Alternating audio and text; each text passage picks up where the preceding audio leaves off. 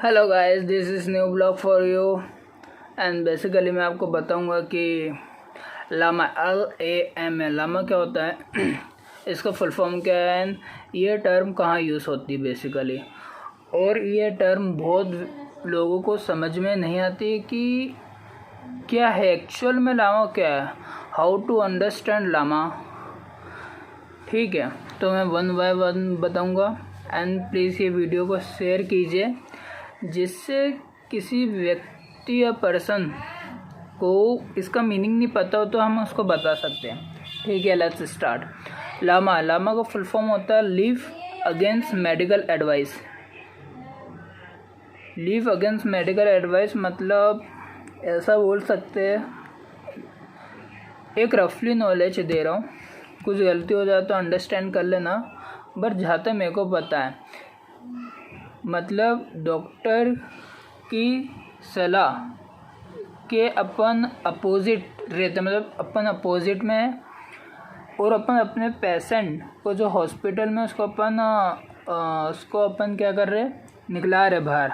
Leave against मतलब against के खिलाफ, किसके खिलाफ, मेडिकल एडवाइस के खिलाफ अपन अपने पेशेंट को निकाल रहे, कैसे, हॉस्पिटल से। अब होता क्या है, मान लो किसी व्यक्ति का एक्सीडेंट हो गया है, किसी पर्सन का एक्सीडेंट हो गया और उनके एक्सीडेंट से उनके ब्रेन में बहुत गहरी चोट आई है।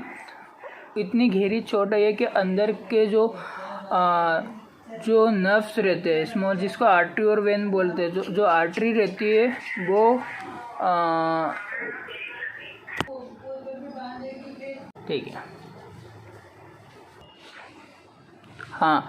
तो होता क्या है, जो ब्रेन के अंदर जो आर्टरीज रहती है वो एक्चुअली क्या हो जाती है, एक्सीडेंट के कारण वो ब्लास्ट हो जाती है, ब्लास्ट इन द सेंस फट जाती है। तो होता है क्या, ब्लीडिंग वेरी हाई अमाउंट में ब्लीडिंग होती है इनसाइड द ब्रेन, और ये ब्रेन के अंदर ब्लीडिंग होती है तो क्या बना देता है, ब्लड क्लॉट। ठीक है, क्लोटिंग कर लेता है।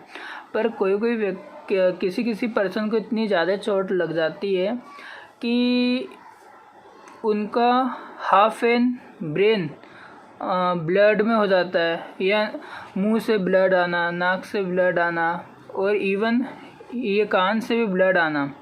तो ये एक मतलब डेंजरस सिम्टम्स रहते हैं किसी व्यक्ति को बचाने के लिए। तो अब आप हॉस्पिटल में जाओगे, ठीक है, आपने हॉस्पिटल में एडमिट करवाया, वो बोलेंगे चांस क्रिटिकल है, फिर भी हम कोशिश करेंगे 1% चांस, 2% चांस ऐसा बोलेंगे। यदि किसी पर्सन के ऐसा कोई बोले 1% चांस है तो इसका मतलब ये है कि वो 99% ख़त्म हो गया है। अब 1% चांस है तो ये मोस्ट ऑफ द प्रोबेबिलिटी रहती है कि वो इंसान बचेगा नहीं, क्योंकि 1% चांस में नहीं बच पाता है, और वो भी ब्रेन की चोट में नहीं बच पाता है, या किसी एक्सीडेंट हो गया तो या इट इज़ डिफ़िकल्ट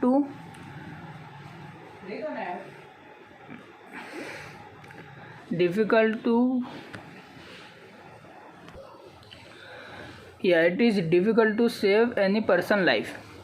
तो आपने एडमिट करवा लिया, अब वो आपको बोलेंगे कि हमको ऑपरेशन करना पड़ेगा, हम ऑपरेशन करेंगे और जितना भी ब्लडिंग रहेगा या कुछ भी रहेगा हम उसको इवन बाहर निकालेंगे। इवन क्या करते हैं, जो अपना स्कल रहता है ना, वो उसका बोन मतलब उसको बोन फ्लैप बोलते हैं। ठीक है, तो जो स्कल रहता है उसका भी पार्ट निकाल लेते हैं, काहे के लिए कि एक्चुअल में होता है क्या है, एक्सीडेंट होता है ना तो ब्रेन स्वेलिंग करता है।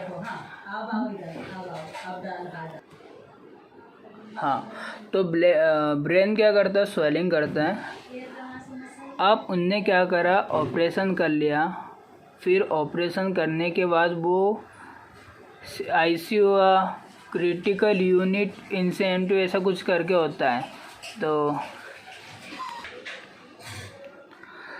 तो गाइस मैं बाहर चल गया था, अभी मेरे को कुछ काम आ गया था, तो फिर मैं जैसे बता रहा वो स्कल का पार्ट निकाल लेते और ब्रेन इतना स्वेलिंग करता है। मतलब ऑपरेशन कर लिया, वो ब्रेन का कुछ आगे का forehead, mid head, front lobe, ये सब मतलब ज़्यादा चोट लग जाती तो निकाल लेते हैं। फॉर सेफ्टी पर्पस यदि स्वेलिंग आए, ब्रेन में स्वेलिंग आए तो वो मतलब उसको जगह मिल जाए फैलने के लिए, तो ये पार्ट्स निकाल लेते हैं। ठीक है, इतना हो गया। और उस मतलब जिसका एक्सीडेंट हुआ उसको वेंटिलेटर पर रख देते हैं। ठीक है, वेंटिलेटर आपको पता है ऑक्सीजन प्रोवाइड करता है पूरी बॉडी को। जब इंसान ऑक्सीजन क्या बोल सकते हैं, सांस लेने की ऑक्सीजन लेने की कंडीशन में नहीं होता तो उसको वेंटिलेटर सपोर्ट पे रखते हैं कि वो जिससे बच जाए। अब अपना मेन फंक्शन जो टर्म यूज़ करिए लामा, लामा क्या होता है? जिस व्यक्ति का ऑपरेशन होता है, ठीक है, उसकी ब्रेन डेथ हो जाती है। ये अपन को नहीं पता कब होती है, ब्रेन डेथ हो जाती है तो आपको डॉक्टर आके बोलेंगे कि अब ये रिकवर की कंडीशन में नहीं है, आपको ऐसा बोलेंगे। ऐसा सीधा वो शॉर्ट फॉर्म में, मतलब वो ऐसा नहीं बताएंगे कि ये पर्सन की ब्रेन डेथ हो गई, वो आपको ऐसा नहीं बोलेंगे। क्यों? क्योंकि कुछ टर्म एंड कंडीशन रहती है, इसलिए हर एक डॉक्टर बताता नहीं है।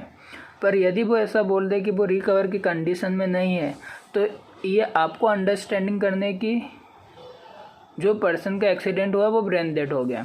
ठीक है, अब उन्होंने आपको बोला, अब हर एक फैमिली मेम्बर क्या बोलेगा कि यार नहीं ऐसा नहीं हो सकता, वो हो जाएंगे, वो तो पहले भी हुए, ऐसा वो बच जाएंगे। फिर अपन उनको 1 दिन 2 दिन आईसीयू में रखते हैं, क्रिटिकल यूनिट में रखते हैं।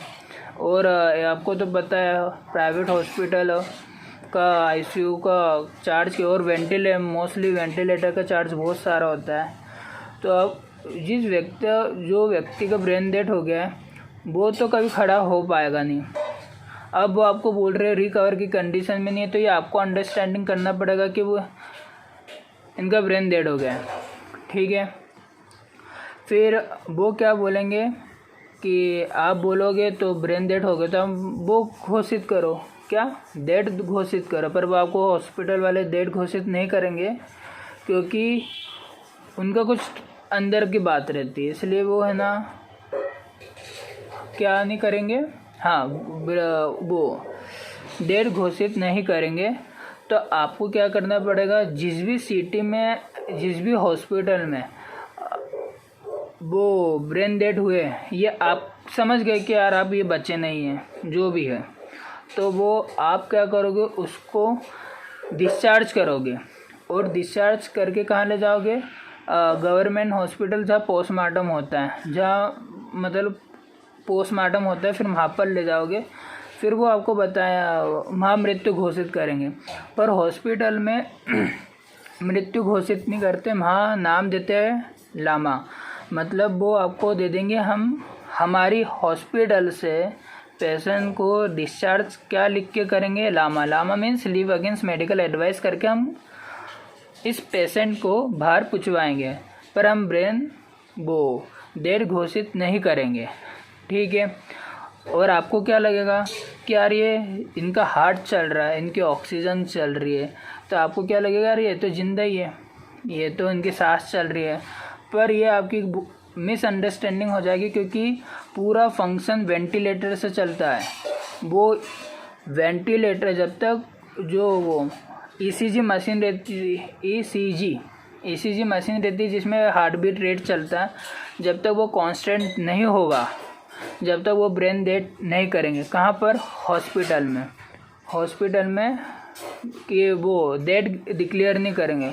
और जिस व्यक्ति की ब्रेन डेड हो जाती है, कम से कम वो 1 महीने तक या 15 दिन तक वो उसका हार्ट चलते रहेगा, इवन जब तक पूरी बॉडी डिकम्पोज नहीं हो जाती, मतलब पूरी बॉडी सड़ नहीं जाएगी, जब तक भी हार्ट चलता रहता है।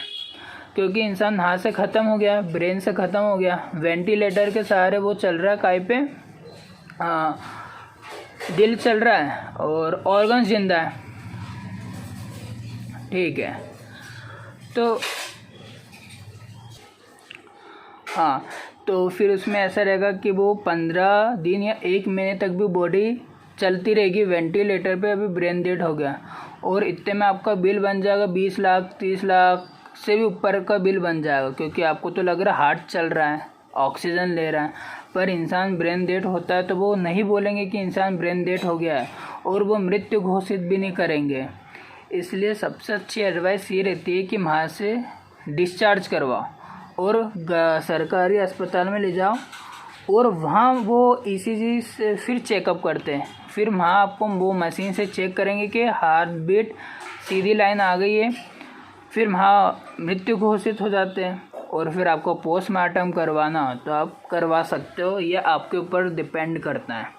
ठीक है, तो लामा एक्चुअली एक मेडिकल टर्म है जो हॉस्पिटल में यूज़ होती है, और इसका अपन एक हिंदी में मतलब ऐसा समझे कि कोई व्यक्ति की ब्रेन डेड हो जाती है तो वो उसको डिस्चार्ज मृत्यु घोषित ना करते हुए, डेड घोषित ना करते हुए लामा नाम देते हैं। ठीक है, लामा लीव अगेंस्ट मेडिकल नाम देके आपको डिस्चार्ज करेंगे, ये मतलब होता है। और कोई डॉक्टर बोले रिकवर की कंडीशन में नहीं, तो आपको उसी समय समझ जाना चाहिए कि ब्रेन डेड हो गया और आपको जल्दी से जल्दी डिस्चार्ज करवाना चाहिए, क्योंकि आपका पैसा बच सके।